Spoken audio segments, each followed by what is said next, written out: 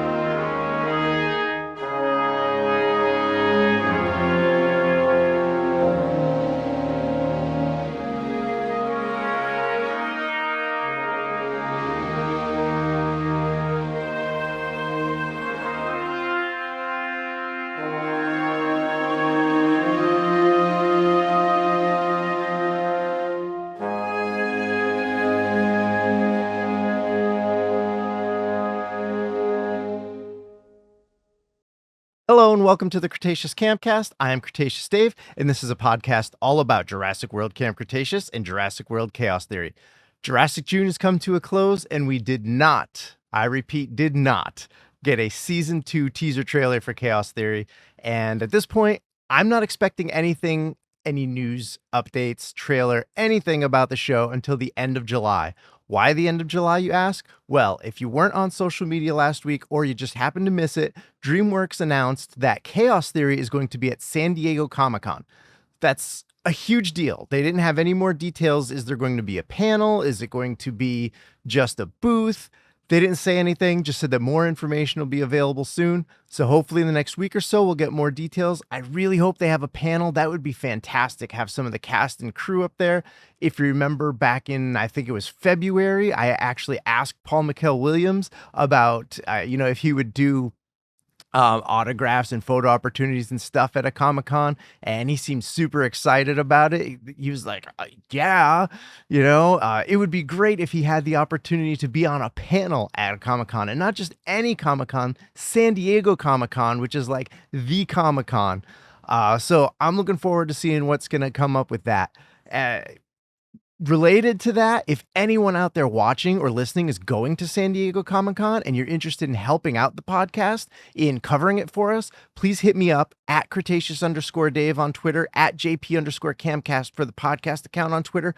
Let's chat. Let's have a conversation. Let's see if we can work something out where you will cover whatever is going on with Chaos Theory for the podcast. So, like I said, if anyone out there watching or listening is going to San Diego Comic-Con and interested in helping the podcast out, please get in touch with me and we'll chat once more details are available.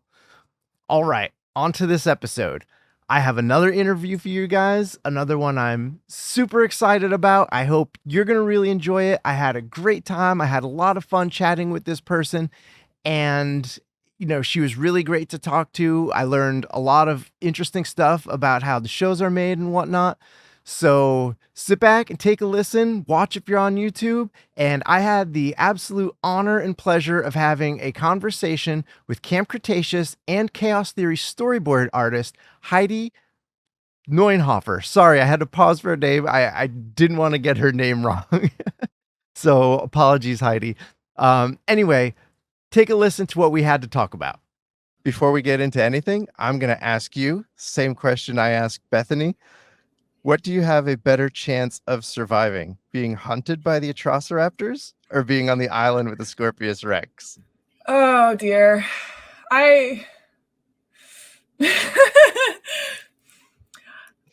neither. Yeah, because when you asked her that question, I was also like, I don't know, man, because they're both bad. They're both bad for different reasons. Because the Scorpius Rex, even knowing that there's an antidote for getting stuck by its quills, I'm just like, there's only one of those, and you'd have to run you have to get Yas to run all the way across the island for you if you're lucky. So that's a long shot, and and then having to know about how to, I guess since I know how to call it off with the flare, I could distract and get away. But even then, that's And then the Atrociraptors, like, oh god. The handler would find me. um, Yeah, she's pretty creepy. yeah. Yeah. Yeah, it's I didn't wanna throw out, like, specifically, like, "No, and you're alone," because then that really, like, you're done for, basically, in either case, because you don't have anybody to get an antidote for you with the Scorpius, and you don't have anybody to, like, use as sacrifice with the Atrociraptors, like, if you're running away, you could trip somebody else. Yeah. Bye, Daniel. So, um, anyway, yeah, it's just something interesting to start off with, and I don't think there's any really good answer because most No. normal people probably aren't surviving, either one. Um, but before we get into anything Jurassic, let's kind of go back a little bit for you, and you know, when did you realize, you wanted to be an artist? And was it kind of something, all along? Or was it, later in life, like high school or college or Yeah. So, yeah, I like I've always loved drawing, like, ever since I was a kid, basically. I didn't always know, like, exactly, like, what kind of artist I wanted to be, but I definitely I was always, like, observing things and, like, just drawing in class, and I tried, like, writing and illustrating, like, a whole book when I was a kid, and I made, like I cool?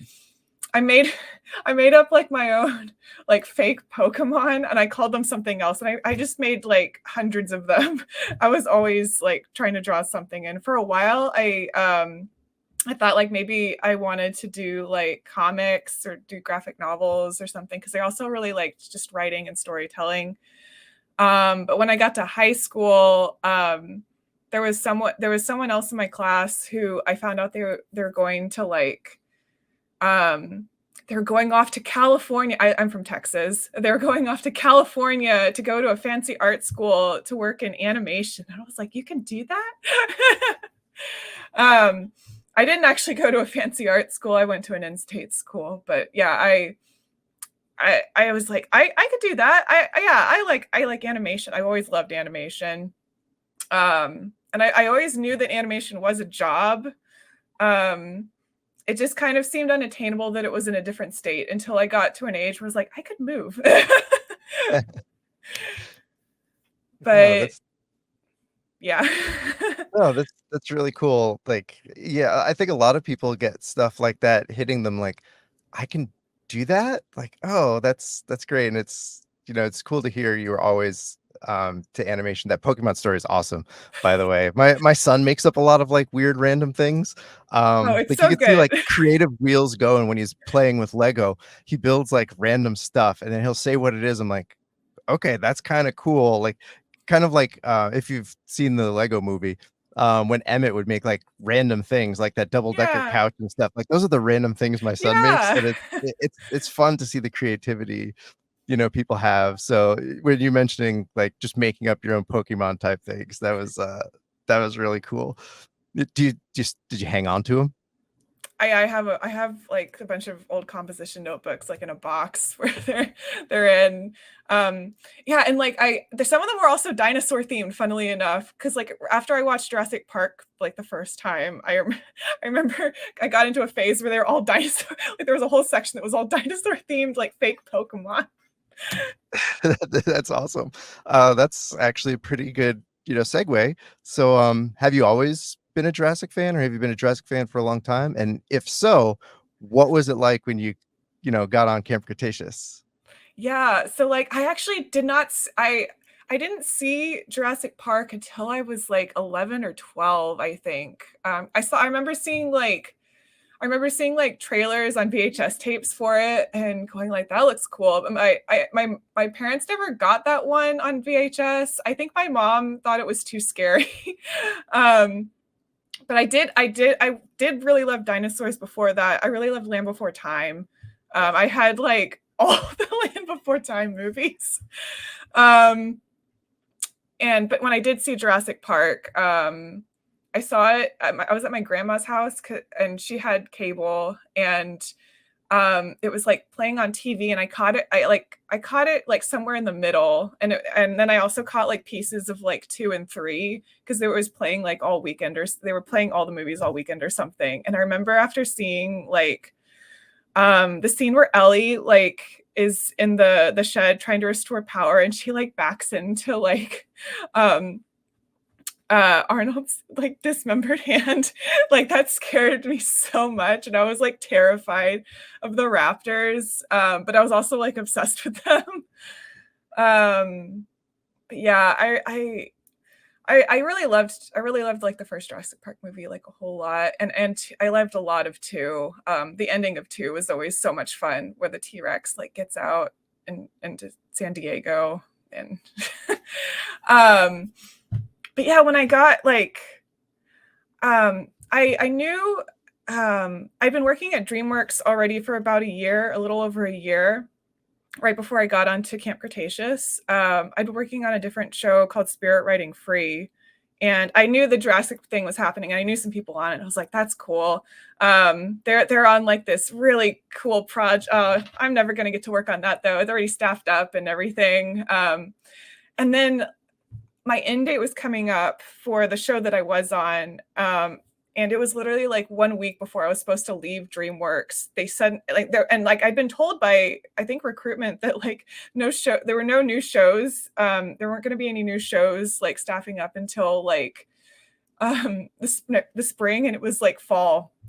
And then suddenly they were like, "Oh, we have a show that has like an opening. Would you like to interview for a revisionist position on Camp Cretaceous?" And I was like, "Yeah, please."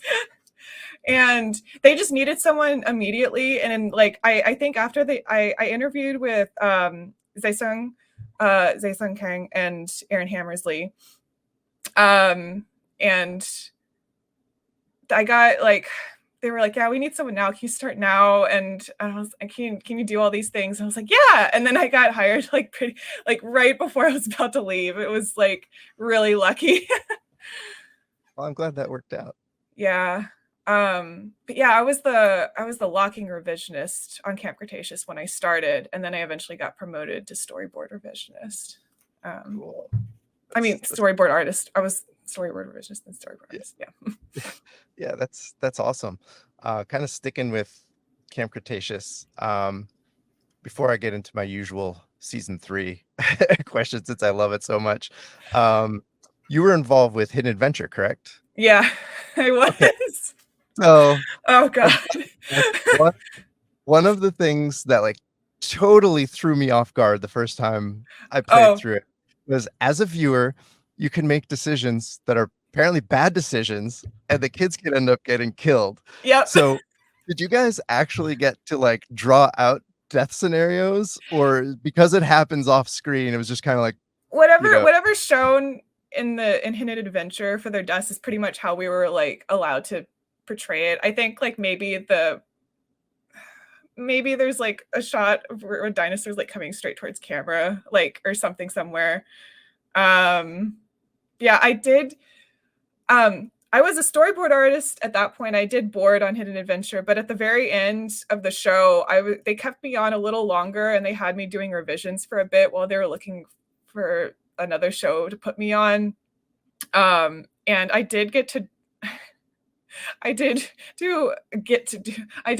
some revisions where I was just drawing Mr. DNA popping up at the end of all this sequences going like, "Well, you're dead."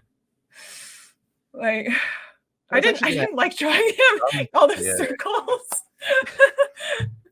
Mr. DNA is a fun character, though. He is fun until you need to draw him, and then you're like, "Oh no." I guess it's fun for the viewer, not drawing 1,000 circles. Okay, well, sticking with Camp Cretaceous again, as you may have heard, season 3, I think, is absolutely fantastic, but in particular, the back half of season 3 is just incredibly amazing.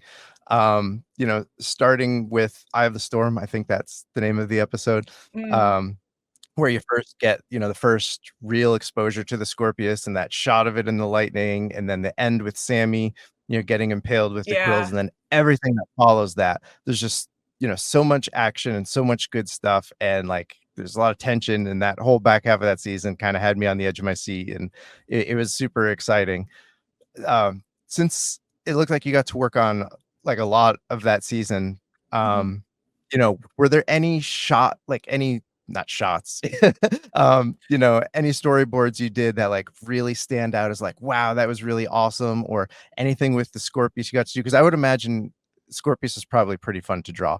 It Um, yeah, it was pretty fun to draw. I didn't I was still a revisionist on 3, so I worked on a lot of episodes in 3, but it was a lot of since I was, like, locking revisionist, it was a lot of, like, um, quickly, add a few poses here, like, change this, like, change some of the posing, like, add some drawings of, like, this and that, like, a lot of stuff like that, and a lot of, like, really quick changes, like, right before the episode locked. I did get to do some revisions on the Scorpius though. Whenever I did get to do some, I was like, yes. yeah. um, but yeah, like some of the parts where I got to do stuff with the Scorpius, like I did a few drawings, like I did like a few revisions, I think Leah Artwick originally did it. It was like the part where it's revealed like there's two of them, and then leading into like the next episode, I think um Joe Bonatos, he did a lot of stuff. He did a lot of stuff with the Scorpius. He did that shot, like that really iconic shot with the lightning. Um I think I revised some of their boards when they're two of them are like have been revealed. And I did a little bit, like I did a few revisions of the part where they're in the visitor center and Blue is there. um I think I did more stuff with like Blue in that part though.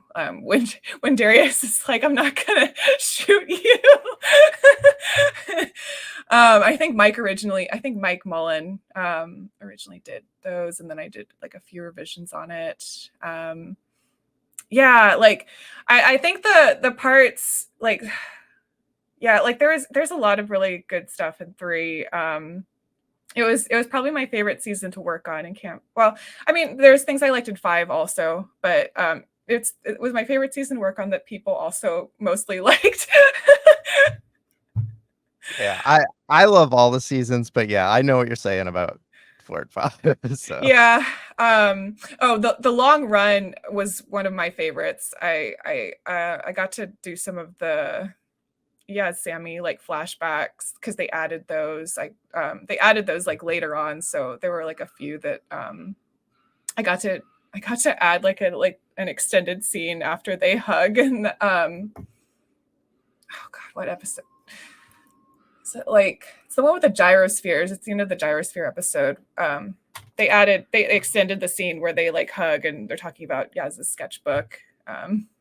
Anyway. no, that's I was excited to do that because I was definitely on Team Yaz Sammy before we finally got to actually do them in the show. yeah, I thought from season 1, I'm like, there's some chemistry going on here, and then Yeah. 5, when like the scene happens, I probably would have screamed yes, but because I woke up at 3 in the morning because I'm on the East Coast, and I was Oh like yeah. walking around the house, woke up, I'm like, yes, just I had to kind of say it quiet, but like I was waiting for that, and it was great watching that relationship build from the beginning, and then in season Mhm. 3, that's when you kindly, that's not even a word, kind of finally see in the longest run, it's like kind of clicking for Yaz and stuff like that. So it was great to see them. And I've mentioned before, Yaz, just because of her story and development and character growth, is my favorite character from Camp Cretaceous. Mhm. I just love everything about where she started to where she was at the end of that series. That was just great writing and storytelling for that character, all the characters really, but I really like what they did with that character. Yeah. She was also my favorite in Camp Cretaceous. Yeah. She was just so much fun to board. Yeah, I bet. So with Camp Cretaceous and Chaos Theory, since you got to work on both, you've kind of had the chance to like grow up and mature these characters. So when you found out like, hey, there's this follow-on show and that you were also going to be working on that. And it's like, oh, by the way, these characters that you got to work on, they're 6 years older now. Was there, did you really think of anything, or was there anything like exciting about it? And kind Oh of yeah. similarly, did you get any kind of freedom as to like how they would look, or was that kind of predetermined before it got to the storyboard stage? Yeah, their designs, I think like, okay, I think they were designing a little bit like as they were they were going to be revealed in the show. So I think, yeah, like Yaz was designed last. Like her design was finalized last, but we like vaguely knew what they were going to look like as we started boarding. Like we knew what Ben and Darius were going to look like, and we were all very excited about Ben. Like every time like when I finally saw like all the final designs, I was just like, yes. They all look cool. They look so cool. They get to take off their jackets and not lose their jackets, and they can use their pockets, and their hair looks good. Oh my gosh. Yeah. I was like yeah, I was really like in Camp Cretaceous, like I said, like Yaz is my favorite character. Ben was like also like one of my favorite characters. And then in Chaos Theory, I have to say that like and Sammy, I have a soft spot for Sammy because I'm also from Texas. I'm also from a ranch. So I was like, yes, I see you, girl. In Chaos Theory though, like I really like I like all the characters even more. Like Darius is like became more like one of my favorite characters. Ben is still, I think Ben is probably still now like my favorite character, just because he's the one thing about him in camp was that it was always really tough balancing like old scared Ben and then like new like island Ben. That people have I think audiences were saved a bit by like how much his character was kind of revised behind the scenes. Because there were some times when we'd watch like episodes and he would be like one of the most edited characters after he became Island Ben, because he was just like so Rambo like so like over the top. It was like, and sometimes they were like, you can't make him scared anymore because he's supposed to not be scared anymore. And I was like, he's still like 13 years old. Like he's like, of course he's had this life-changing experience, but he's still a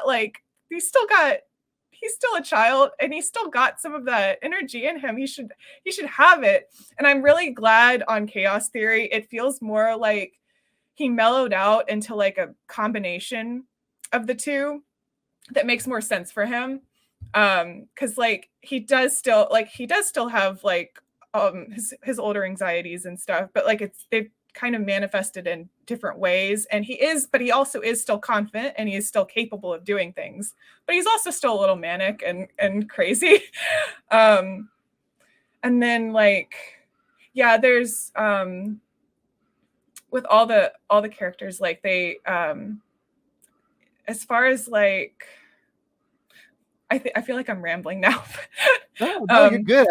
I love it, especially knowing that they had to edit Ben a bunch. That was a good bit of info. Yeah, like the way both shows are made, like they're script driven, and then like when you in the boarding process, like, and like through every like step of the way, like you are adding things like that you think of that like might enhance like a character or an idea or a performance. And sometimes those things get changed, or sometimes they'll get added on by other people, like, and improved even farther. But like it is very much like the way our shows get made. It's very much like cobbling everything together, like as you go.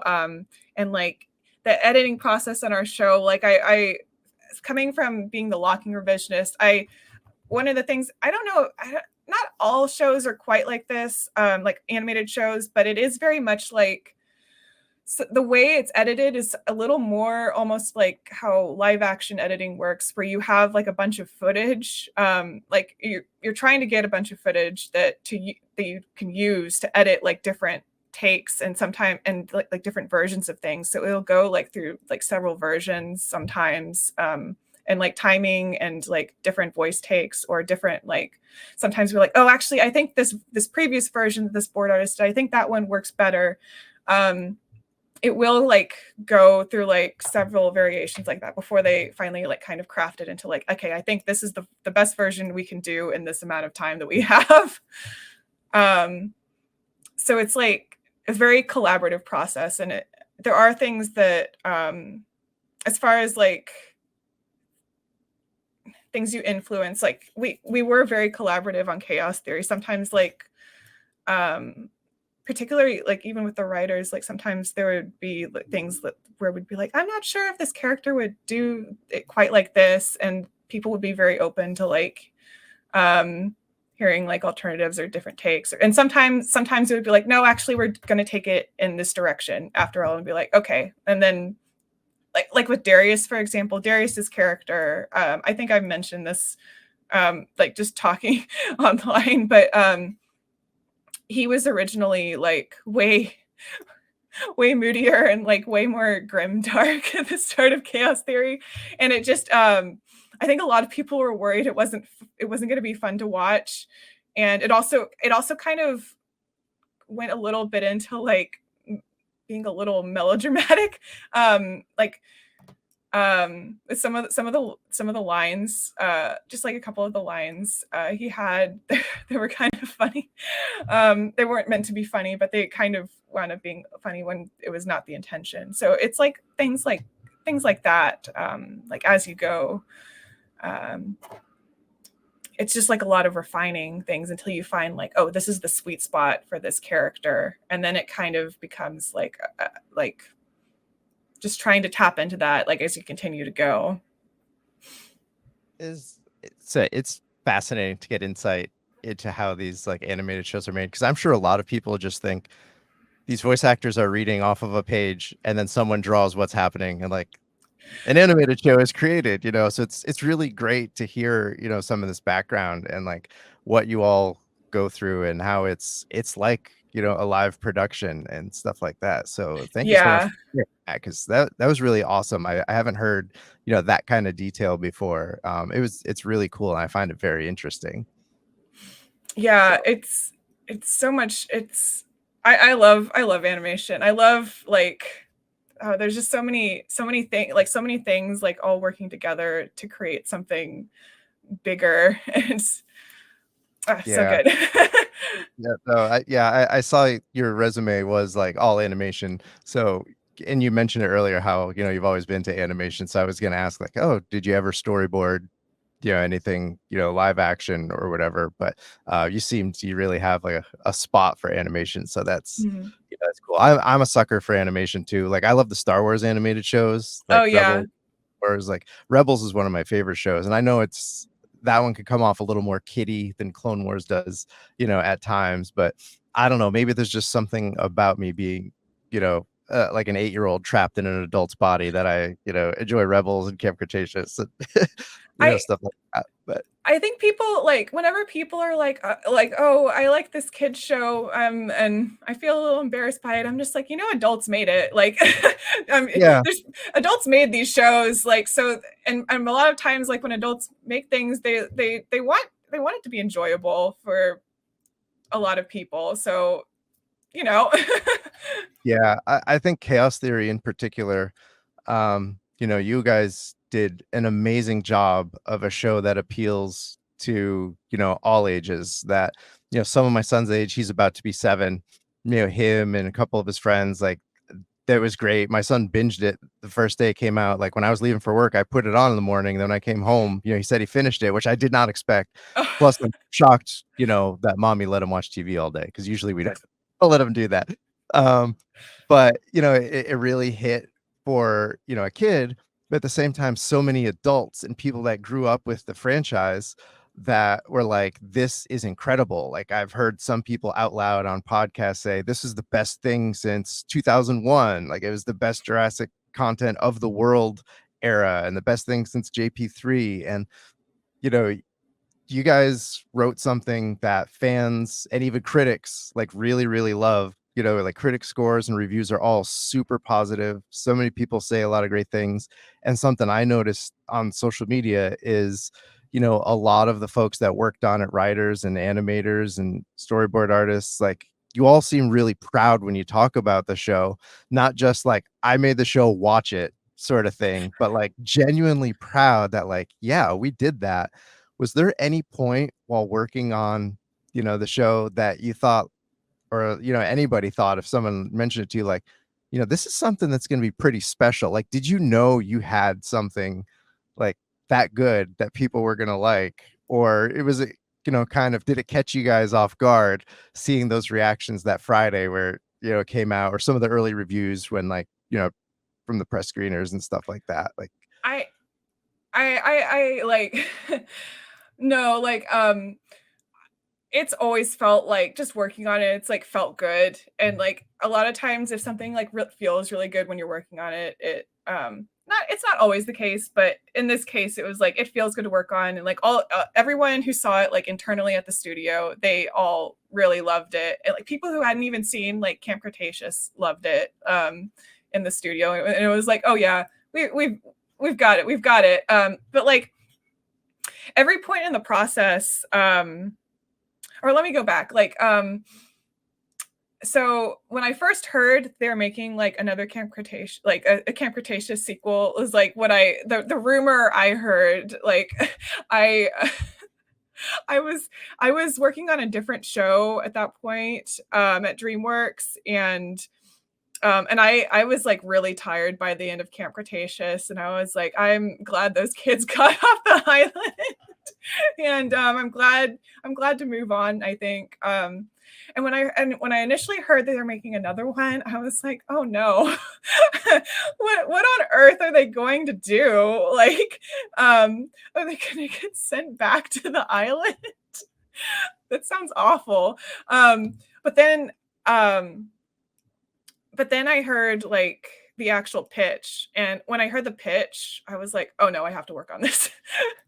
Because the pitch I heard was like that that first like full trailer. Basically, I was like, initially I was like a little like, oh no, you can't tell people like Brooklyn's dead in like the first trailer, because like the reveal in the episode is so good. But actually, like, that was how the show was pitched to me, and that's what sold me on it. Was like, Ben like shows up at Darius's cabin. He's like, and like Brooklyn has died, and he's like, her death was not an accident. Someone is like out to kill all of us, and I don't know who, and we have to run now and pick everyone up. And I was like, oh, that's actually. And then Scott's of course pitch is like 70s, like in the style of like a 70s political thriller. And I was like, actually, that does sound fun.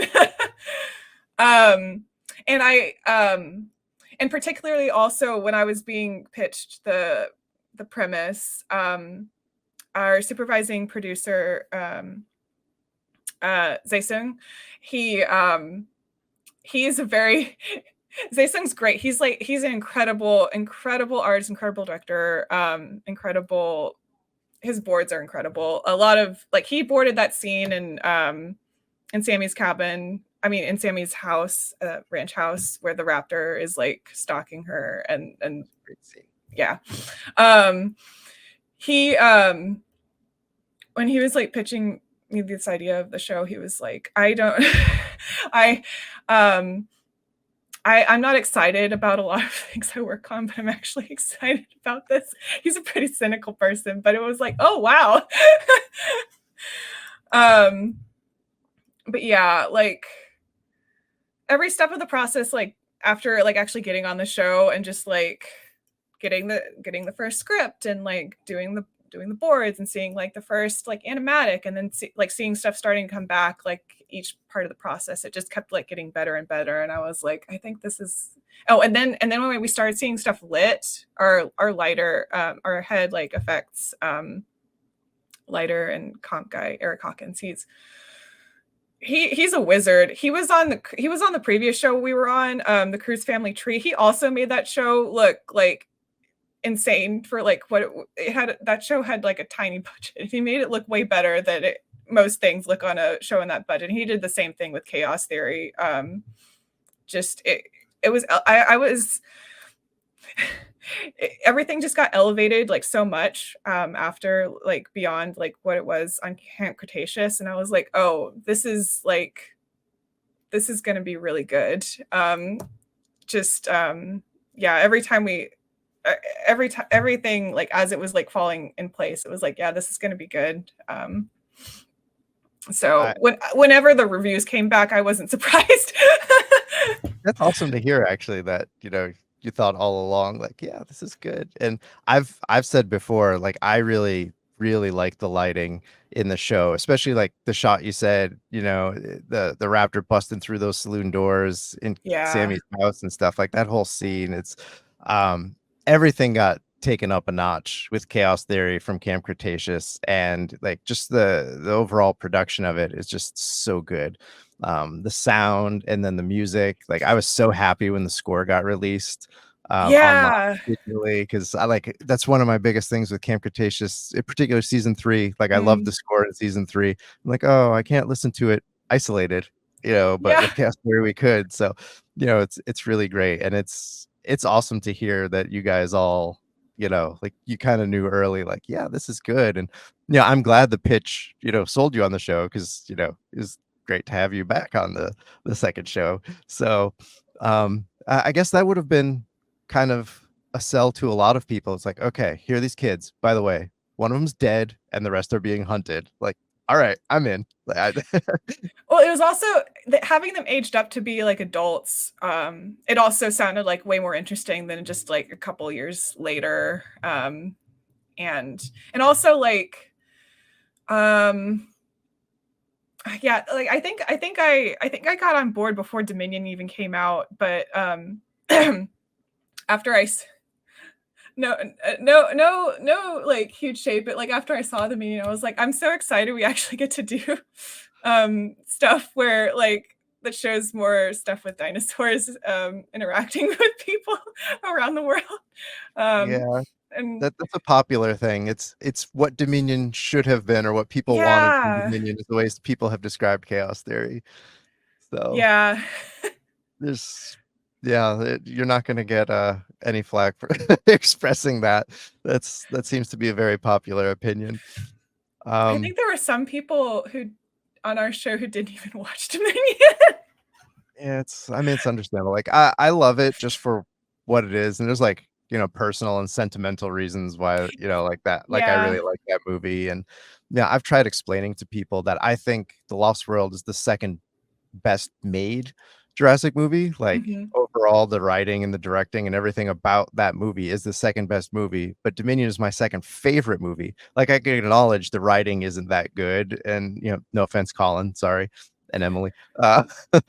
But there's a lot of things wrong with that movie, but I just really enjoy it Mhm. for different reasons that sometimes are just hard to explain, to There people. are But some really good I'll give it this. There are some really good sequences in it. There like there's really good sequences in all of the Jurassic movies, regardless of like anyone's feelings on them. Like the sequence where like Claire is like hiding from the Therizinosaurus, like, oh, it's so good. yeah, I agree. Yeah. Speaking of good scenes, do you have a favorite scene between either show that you got to board? Oh man. Let's see. Okay, in Camp Cretaceous, I think my favorite scene that I got to board, just because it was like it was the middle of the pandemic and everything, like the pandemic had just started like a few months before and everything kind of sucked. And then we found out that we were finally gonna get to have Yaz and Sammy like get together. And I was like so excited when I saw the episode roster, because I was on the team that was assigned the core, which is the episode where they get together. So I got to board the scene where I got to board like a lot of like moments between like where Yaz is like trying to um is like trying to like work up the courage to like confess to Sammy in that episode. And then I got to particularly I got to do the one where they're in the elevator and then Ben is like the third wheel in the elevator and has like, hey, I'm gonna confess now, can you like get... and then of course it gets interrupted by the Nothosaurus, which was also really fun to draw. I really liked drawing the Nothosaurus. I really liked that episode in Camp Cretaceous. That was my favorite one to storyboard on, because I'd just been like promoted to a storyboard artist like a few episodes before that one too. In Chaos Theory, I think my favorite things that I've boarded in Chaos Theory haven't come out yet. But I will say in season 1, I really like episode 4. I boarded like everything in Kenji's crappy little trailer. And also I really liked drawing the Parasaurolophus Stampede. I'm always making fun of my coworkers for mispronouncing that, and then all of a sudden I can't speak. But the Parasaurs are my favorite dinosaur, so I was like really excited to do that. And then I also really loved doing the scene after that where Ben and Sammy are leaving Darius behind, and like they're doing a walk and talk like while he's like trying to get into the van. That part wasn't originally scripted to be like having them like currently driving away and like starting and stopping like that. They were originally just parked, and then my director Mike Mullen, he suggested like what if they're driving the whole time, and then we discovered that the set where Kenji's trailer is, it's so tiny, there wasn't enough acting area to have them driving the whole time. So that's when I was like, I know, I'll just have Sammy continuously slamming on the brakes so that they don't go very far. Yeah, I just, all the character moments and stuff in Chaos Theory were really fun to do. And then also shout out side mentions to when Kenji and Darius step into Brooklyn's apartment, like they find her secret apartment. I was like, I really loved boarding in that set too. It was just like a really beautiful set with those big windows, and then the way they rendered everything. I was a big advocate for keeping the lights off to get that really nice like noir lighting from the windows, like the shadows from the bars on the windows, like on everything. Oh, so good. And my last favorite piece that I got to board in season 1 was the very beginning of the handler reveal in episode 10. Right, I didn't board when the raptors come in. It switched over to Avery at that point, but when she first walks into the warehouse doors and she's like looking around really, really creepily, that was really fun. Yeah, my son calls her creepy raptor lady.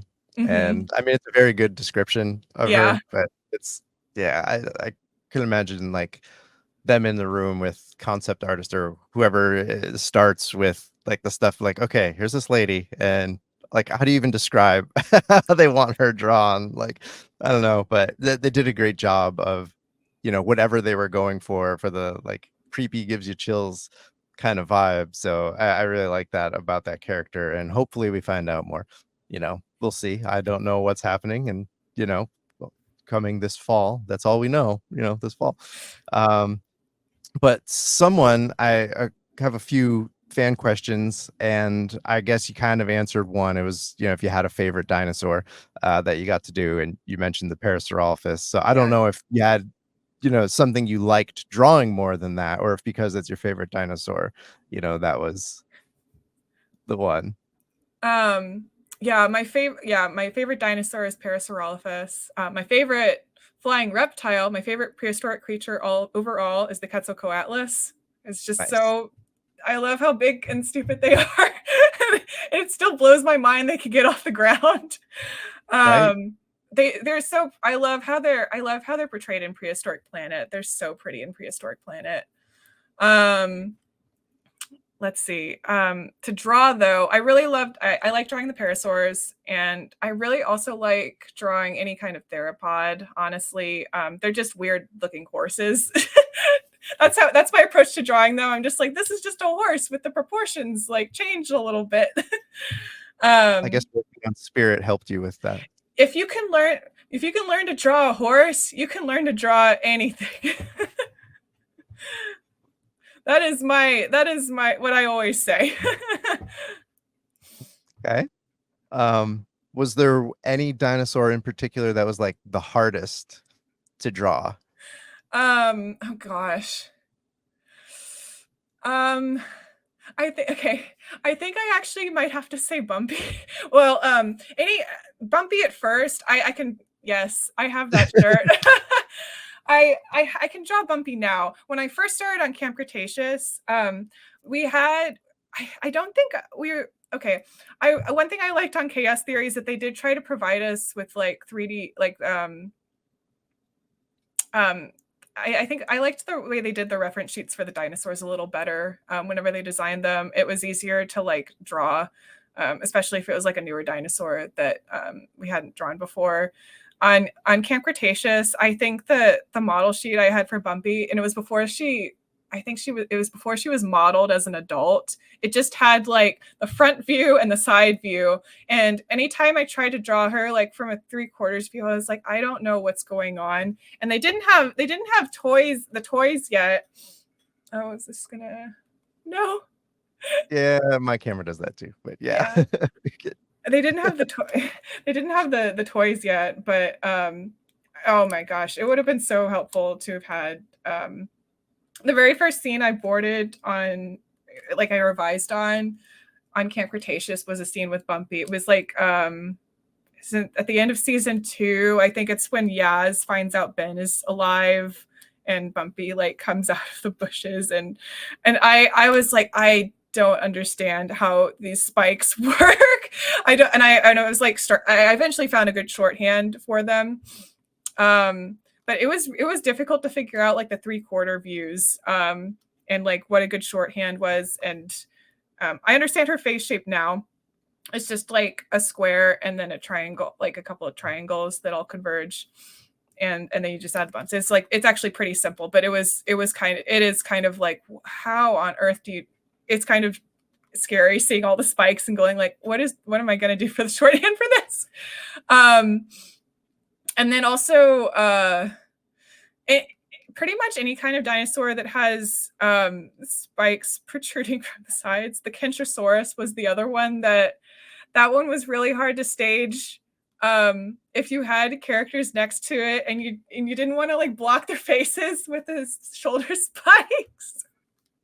That one was more like it was like, this is just a Stegosaurus, like basically like similar to a Stegosaurus, but with like these crazy shoulder spikes. But like it was just kind of more difficult to like stage him so that he wasn't blocking people or like or you were like if you like had him walking next to something, you had to be like, how much room do we have here and stuff like that. But yeah.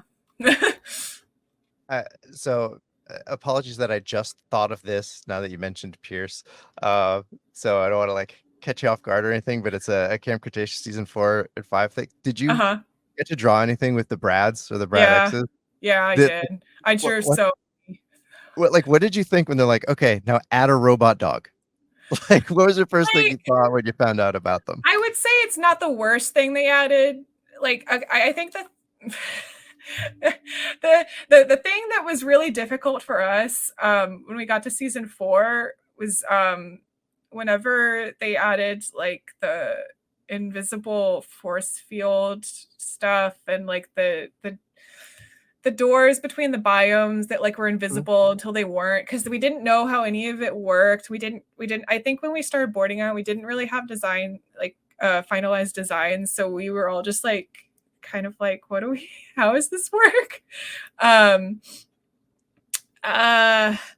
yeah, like the Brads though, like those are at least based in reality. Like those kinds of robots do exist. That technology does exist.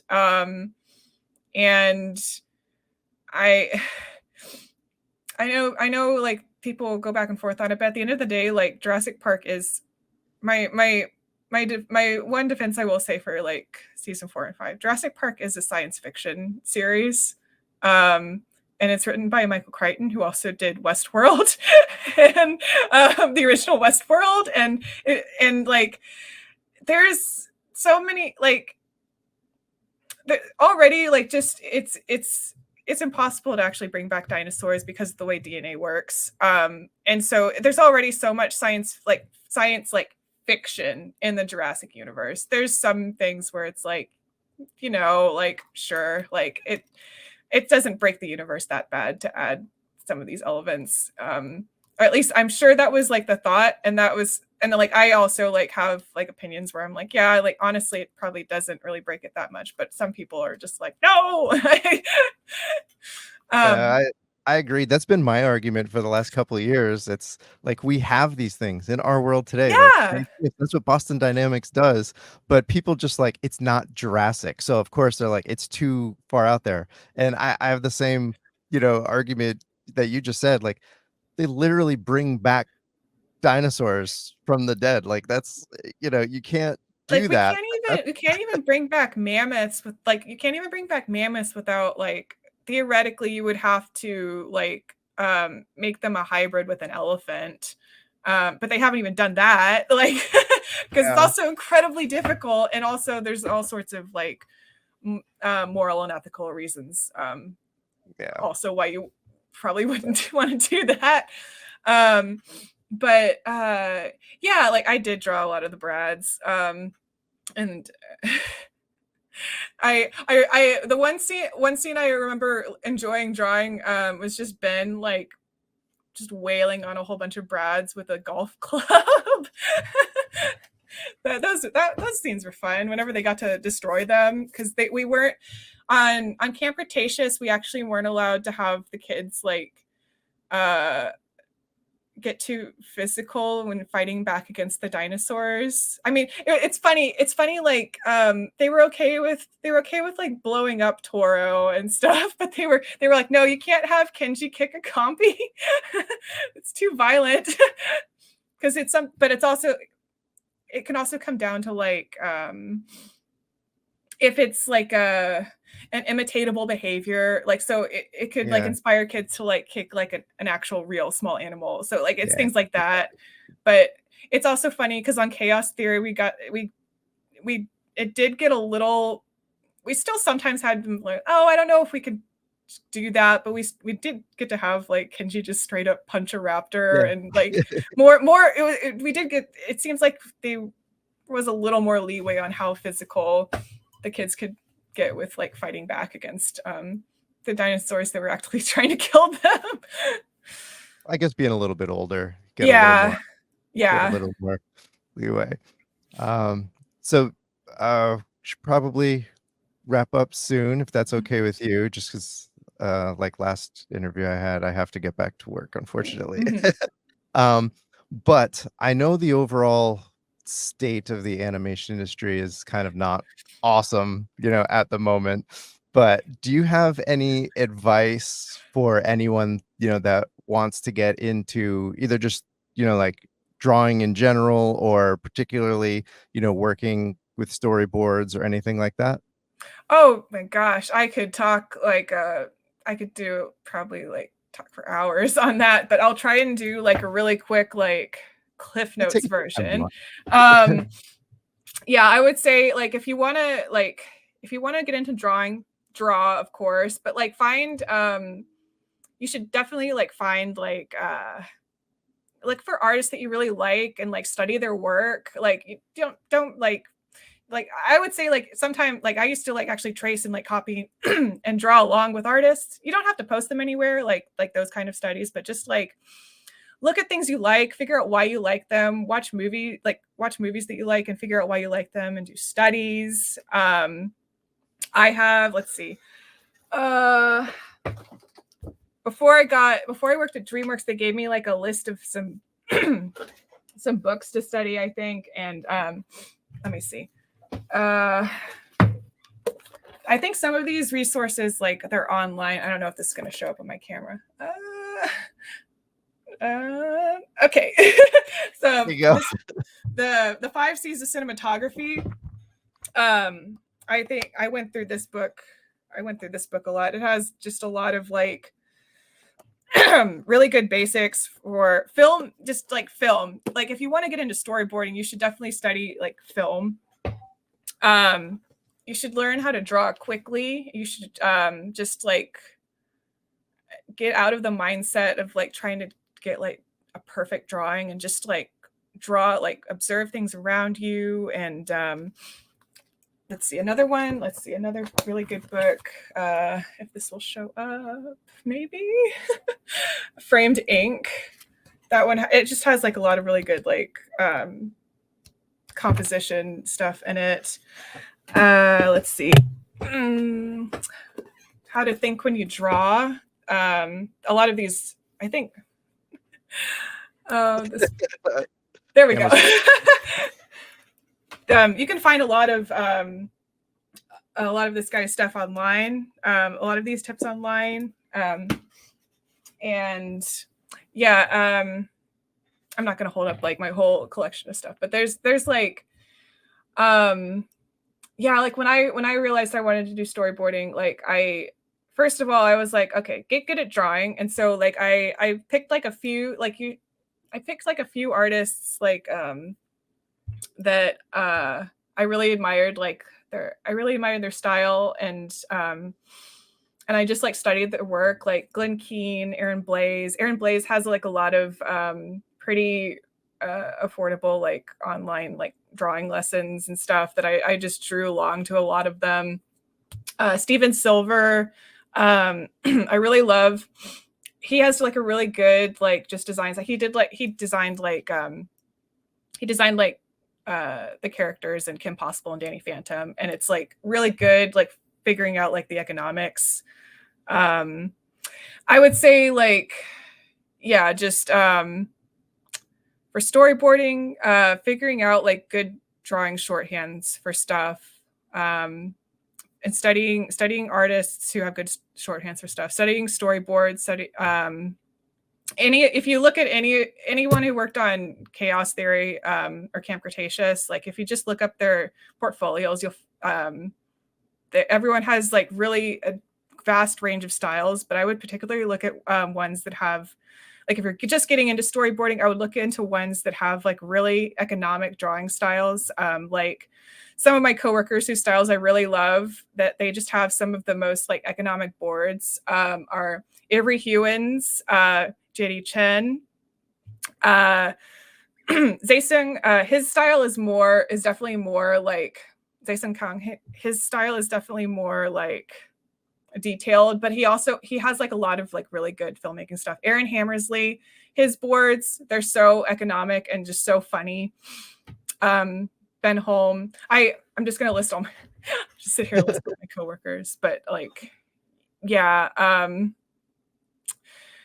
yeah, I could talk about this all day. So It was okay. I just figured I'd ask because there might be people out there interested. I've asked Paul McKill-Williams something similar, like, hey, do you have any advice for anybody that might want to get into voice acting and stuff like that, because I think a lot of times if people are watching or listening to something and it's a person, they're like, I would like to do that, it's a good idea to just kind of get someone's personal experience, or if they have any advice, since you're there, you're storyboarding for one of the biggest franchises in the world. So, who better to ask for advice than, somebody that's, was able to get onto that, sort of thing. So, thank you for sharing that.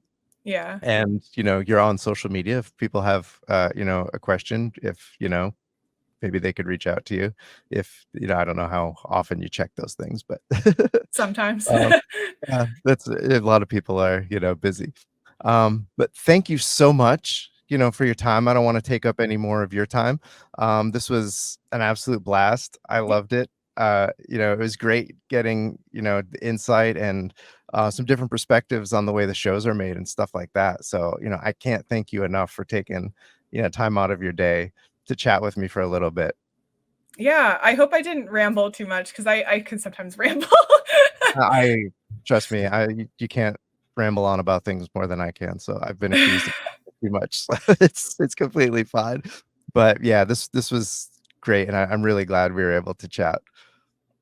Yeah, yeah. This was fun. Glad we were able to chat.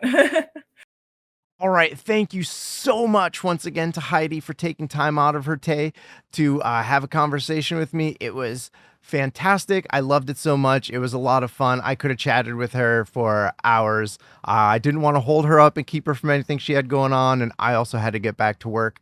If you noticed from watching it, just like the interview I had with Bethany last week, I was holding a microphone the whole time. Wasn't this setup here that I have at home. It was my, as I call it, mobile studio, which is my car, but bringing a microphone to kind of drown out some of the background noise and filter and whatnot. But you know what? Whatever works, right? I don't mind. Hopefully you guys don't mind. I think the last one turned out okay. Hopefully this one turned out okay for you, you know? Whatever it takes to get the job done. I don't care. I just happy that these fantastic people associated with these shows are taking times out of their busy schedule to have a conversation with me. You know, I could see if it was some of the bigger podcasts, some of the bigger YouTubers that have tens or hundreds of thousands of followers. And, you know, here's little old Cretaceous Campcast. We've got 100+ YouTube followers and, you know, what, 600 or something, you know, Twitter followers. I don't even know what the Instagram count is right now, but we are like teeny tiny compared to a lot of the big guys out there.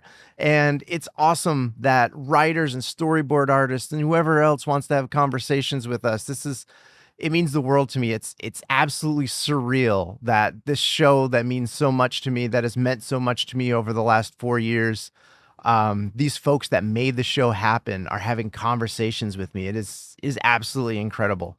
If anyone else out there is watching or listening and was involved in Camp Cretaceous and or Chaos Theory and would like to have a conversation, it could be an interview like these. It could just be casually talking about whatever. Please reach out to me. Again, my personal Twitter is at Cretaceous_Dave. The podcast is at JP_Campcast on Twitter and at Cretaceous Campcast on Instagram, Threads, and YouTube. Please hit me up. I would love to chat with each and every one of you. Anyone involved with the making of these shows, I would love to have a chat with. And on a similar note, I've got another conversation coming up soon, not with somebody involved with making the shows, but it's something that should be really fun. I still have the episode I need to do where you guys all left me voicemails and sent in emails about your thoughts on season 1 of Chaos Theory. I really wanted to have that done, but then these interviews came up. So I kind of pushed that to the back burner to take care of these interviews. Hope you don't mind. And I did promise you all that I would have a season 1 of Chaos Theory review.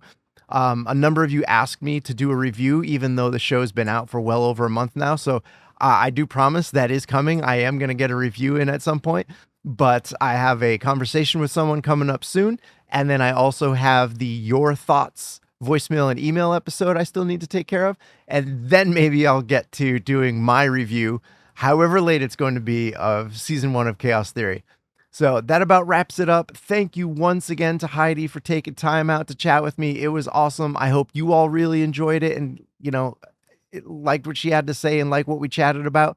And until next time, everyone stay safe, stay Jurassic, and have yourselves a good one. So long.